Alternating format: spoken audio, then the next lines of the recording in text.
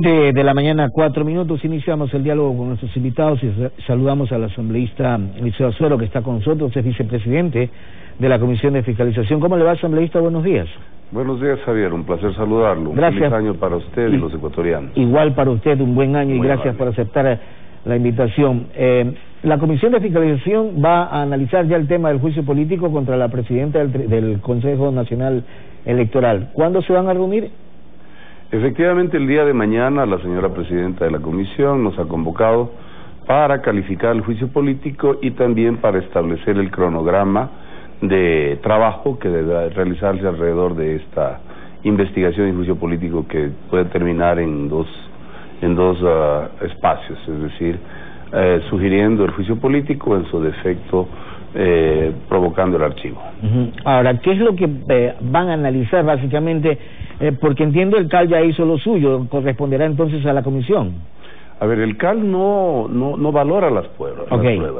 El CAL lo que hace es analizar que se hayan cumplido los prerequisitos. Somos nosotros quienes tenemos la obligación de cumplir con el proceso que se establece en la Constitución y en la Ley Orgánica de la Función Legislativa, garantizando, por supuesto, los postulados que los cubre a todos los ecuatorianos, que son el debido proceso, las garantías constitucionales que tiene toda persona al ser sometido a un proceso de esta naturaleza.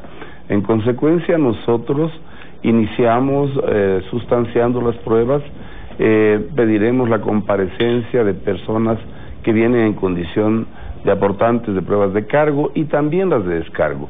Luego de ello nosotros analizaremos si en efecto hay causales para sugerir, para definir si es que la comisión establece el juicio político que debe terminar en el pleno de la Asamblea.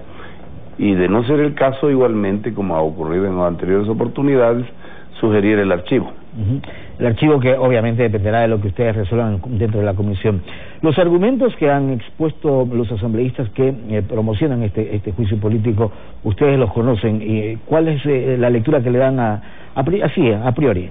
A priori sí, porque sí, entrar en detalle significaría de alguna manera que nosotros estamos adelantando criterios. Claro, totalmente. Y no sería justo para quien está sometido a un proceso de fiscalización. Lo que sí es cierto es de que los ecuatorianos no podemos esperar, por ejemplo, de que los resultados de un proceso electoral se conozcan 2 o 3 meses después. Esto habla de la poca o casi nula capacidad de gestión de quienes estuvieron al cargo de este proceso. No necesariamente se puede decir que es la presidenta del Consejo Electoral, claro, ¿no? También los funcionarios de menor rango que posiblemente no articularon soluciones para que los ecuatorianos tengan las certezas respecto de que los procesos electorales tengan un apego irrestricto a la voluntad de los ciudadanos que concurren a las urnas. Asimismo, hay temas que sí preocupan cuando, por ejemplo, no se ha tomado en cuenta algunos avisos que hablaban de la concurrencia de personas al interior del Consejo Nacional Electoral en actitud que no necesariamente tenía pues una ligación con la ética y la moral. Así que todo esto hay que analizarlo y ver en dónde finalmente se asientan las causales de culpabilidad para tomar una decisión. Nosotros, como hemos demostrado en oportunidades anteriores, no estamos sesgados por ninguna posición ideológica ni partidaria. Al menos en lo que a mí respecta, por no pertenecer a ningún partido político, siempre al interior de la comisión he estado demandando y he visto con beneplácito que los miembros de la mesa legislativa están trabajando en la línea de buscar fundamentalmente la garantización de los derechos de todas las personas, tanto de los que interpelan cuanto de los interpelados, sin vulnerar sus derechos y sin vulnerar las disposiciones que en esta materia establece la Constitución y la Ley Orgánica de la Función Legislativa. Mañana definirán ustedes dentro de la Comisión de Fiscalización qué día tendrán que acudir Yanín Torres y Fernando Flores, que son asambleístas de Creo los que impulsan este juicio. Por supuesto que sí, nosotros procedimentalmente tenemos la necesidad de establecer un cronograma de comparecencias, de aportación de pruebas. Inclusive tenemos la facultad de requerir información adicional por parte de la mesa legislativa a quienes estimemos conveniente y pertinente para que aclare de alguna forma el concepto que podríamos tener respecto de las aportaciones que existen tanto en cargo como en descargo. Estos asambleístas que impulsan el juicio político contra la presidenta del Consejo Nacional Electoral hablan de incumplimiento de funciones. Efectivamente, eso es lo que se supone ha ocurrido. Ellos deberán probarlo en su intervención. La señora presidenta del Consejo Nacional Electoral tendrá también la oportunidad de esgrimir todos sus argumentos para probar en lo posible que no es la responsable de los hechos que se le imputan, y luego nosotros, con la valoración que hagamos, tanto con la presentación de pruebas de cargo como de descargo, y posiblemente la concurrencia de algunos otros funcionarios del sector público, para poder tener más claramente establecido cuáles podrían ser los hechos que podrían detonar en un eventual juicio político o no. Así que este es un tema que debe ser manejado como lo hemos hecho en los últimos meses, en donde se ha ponderado fundamentalmente la responsabilidad de una comisión que tiene a su haber la obligación de reconstruir la imagen de la fiscalización que ha sido venida a menos en los últimos 10 años y que hoy por hoy no está discriminando de ninguna forma si es que pertenece al régimen, si no pertenece al régimen, si tiene alguna afiliación política o no.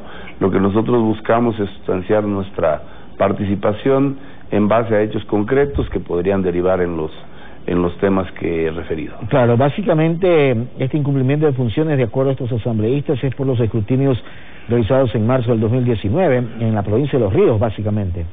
Sí, eso es lo que, insisto, debemos probar nosotros o ponderar con las pruebas que se aporten si efectivamente hay una responsabilidad de la señora Atamaín o de rangos menores o de personal de la institución a quienes se les debió encargar este tipo de axioma para que el resultado sea el que los ecuatorianos esperaban. Y lamentablemente lo que sí es claro y evidente es de que no hubo claridad y que lamentablemente también los ecuatorianos estábamos expectantes de que todavía luego de muchos días no se establecían la veracidad de los hechos y se estaba de alguna manera vulnerando esa imagen que tiene que tener una función tan importante como una función electoral.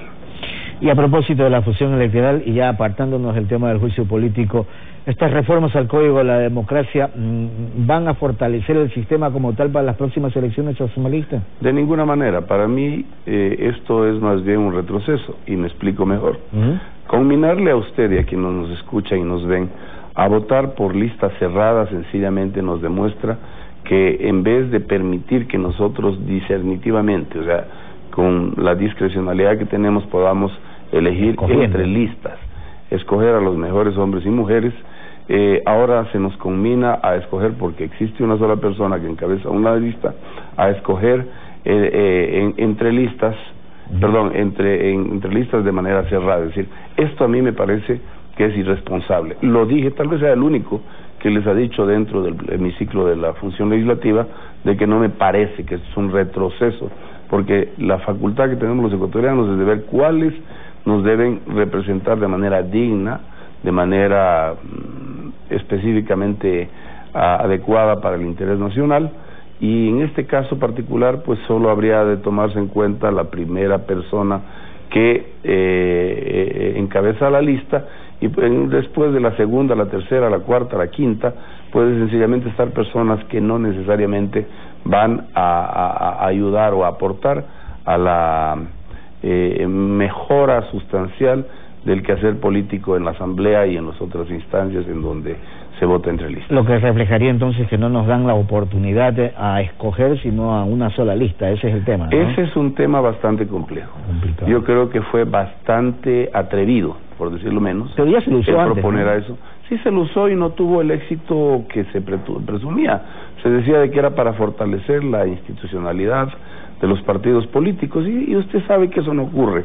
Más bien se va a establecer el fortalecimiento de los cacicazgos, de las grandes figuras, entre comillas, que 3 o 4 han definido el futuro del Ecuador, y eso no es lo que corresponde en democracia, y mucho menos cuando le pedimos a los ciudadanos un ejercicio de análisis respecto a los planes y programas que tienen los partidos y, en este caso, los candidatos que se presentan en los procesos electorales. Asambleísta, quiero agradecerle por haber estado con nosotros esta mañana. Le reitero, un buen año, ¿eh? Igual para usted, lamentando lo que ha pasado en este fin de semana. Increíble. Mis condolencias para la familia. Increíble. Y muchas gracias a usted, para la familia. Gracias. Elicio Suero, vicepresidente de la Comisión de Fiscalización. Y también vamos a hacer aquí la pausa, son las 7 de la mañana con 14 minutos. Cuando regresemos estará con nosotros ya Luis Felipe Vizcaíno, presidente de la Federación Nacional de Transportes Pesados.